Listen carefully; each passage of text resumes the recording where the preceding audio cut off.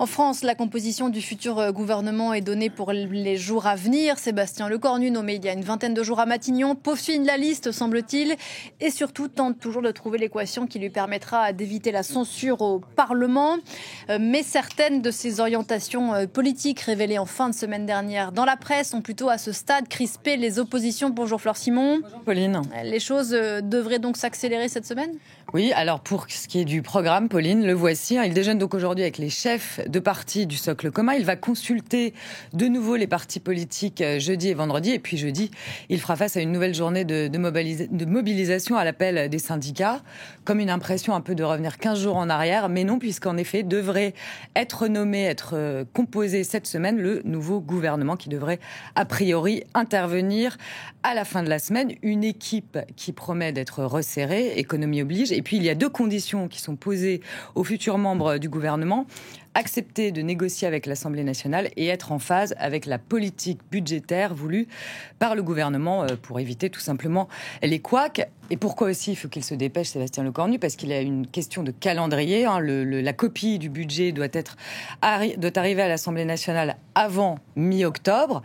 Et puis c'est vrai qu'il a été nommé il y a 20 jours. Alors c'est vrai que, étant donné la période actuelle, on comprend qu'il consulte et qu'il tâte le terrain, entre guillemets, mais au bout d'un moment, si c'est trop long, on peut quand même avoir une impression de flottement à la tête du gouvernement, ce qui, encore une fois, dans la période actuelle, n'est pas forcément bienvenu et peut faire croire qu'il y a une forme d'impuissance du côté de Matignon. À défaut de gouvernement, il a donné quelques pistes sur les orientations de sa politique en fin de semaine dernière. Tout à fait, samedi, dans une interview au Parisien. Alors, ce qu'il a surtout dit, c'est ce qu'il ne voulait pas, c'est-à-dire la taxe Zuckman, le retour de l'impôt sur la fortune et la suspension de la réforme des retraites.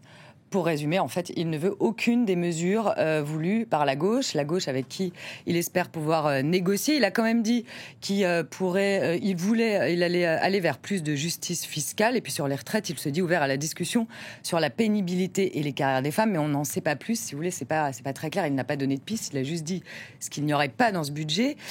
Donc tout ce qui a été demandé par la gauche a été écarté. En revanche, c'est vrai que tout ça, pas de taxe Zuckman, etc., ça rassure qui ? Ça rassure la droite, dont il espère qu'elle fera partie de son gouvernement. Le Premier ministre a ajouté aussi que sur le budget, le texte final sera celui fait de compromis avec le Parlement. Alors on entend un peu de voir quelle stratégie Sébastien Lecornu a sur ce budget, puisque pour l'instant tout ça reste assez flou. Et en effet, vous le disiez Pauline, c'est le PS qui en a pris ombrage. Ah oui, c'est là que ça se complique, car si le Premier ministre retoque toutes les points sur lesquels les socialistes sont crispés, on va vers la censure. On va vers la censure, et sans le PS, c'est la chute à coup sûr, hein, Pauline. Et Olivier Faure, ce matin, était chez nos confrères de BFM. Il a dit qu'il attendait des vraies propositions. Ils ont rendez-vous avec le Premier ministre, les socialistes, vendredi après-midi. Et c'est là, après cette dernière discussion, cette discussion de la dernière chance, qu'il se prononcera sur une censure ou non. On va l'écouter, le premier secrétaire du Parti socialiste. C'est donc chez nos confrères de BFM ce matin. Si rien ne change, eh bien, le résultat est déjà connu. Il y aura une censure, et donc ce gouvernement tombera, et il y aura vraisemblablement une dissolution à laquelle nous sommes prêts.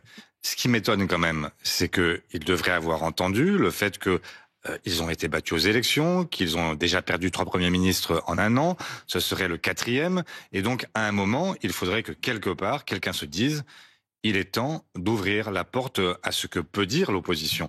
S'ils ne l'entendent pas, que voulez-vous que je fasse ? Le chaos, c'est eux. Évidemment, les socialistes ne vont pas se contenter de demi-victoires ou de petits compromis. Il y a les municipales dans 6 mois. En cas de non-censure, s'ils décident de ne pas censurer Sébastien Lecornu et son gouvernement, il faut qu'ils disent à leurs électeurs: voilà ce qu'on a obtenu. Il faut vraiment qu'ils donnent des gages.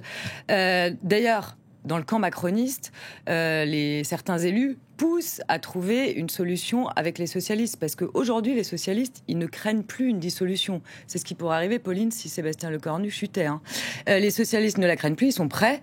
En revanche, du côté du camp présidentiel, ce n'est pas le cas, parce que si des élections législatives avaient lieu dans les semaines à venir, le groupe à l'Assemblée nationale se réduirait comme peau de chagrin. Donc on va attendre de voir ce que va donner ce rendez-vous de vendredi après-midi avec les socialistes pour voir si le PS décide ou non de censurer le Premier ministre. Merci beaucoup Flore. Et puis cette journée de mobilisation des syndicats de salariés jeudi.